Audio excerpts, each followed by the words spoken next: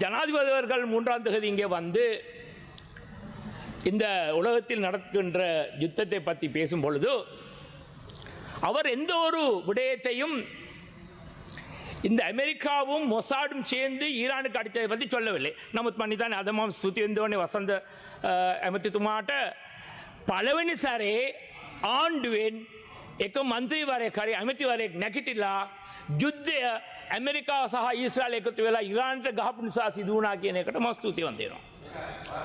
පළවෙනි සැරේ කිව්වේ වෙන කවුරුත් කිව්වේ නැහැ. ප්‍රතිපත්ති වෙනස් වුණා. හොඳයි.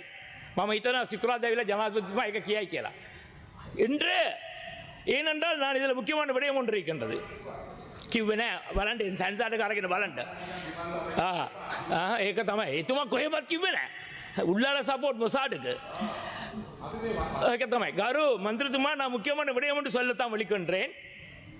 இந்த ஜனாதிபதி அவர்களும் முக்கியமாக வெளிநாட்டு வெளிவிவகார அமைச்சர் அவர்கள் இந்த யுத்தம் சட்டவிரோதமாக அமெரிக்காவும் மொசாடும் சேர்ந்து சட்டபூர்வமான ஈரானுடைய தலைவர்களை கொண்டதனால் ஏற்பட்ட விடயத்தில் ஒரு வசனம் கூட சொல்லவில்லை.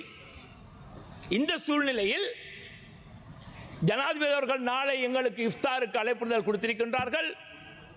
எதிர்க்கட்சி முஸ்லிம் பாராளுமன்ற உறுப்பினரின் அடிப்படையில் எங்களுடைய எதிர்ப்பை தெரிவிப்பதற்கு இந்த இஃப்தார் வைபவத்தை நாங்கள் பகிஷ்கரிக்க வேண்டும் என்று அழைப்பு ஒன்று நான் கொடுக்கின்றேன் எதிர்க்கட்சி பாராளுமன்ற உறுப்பினர்கள்.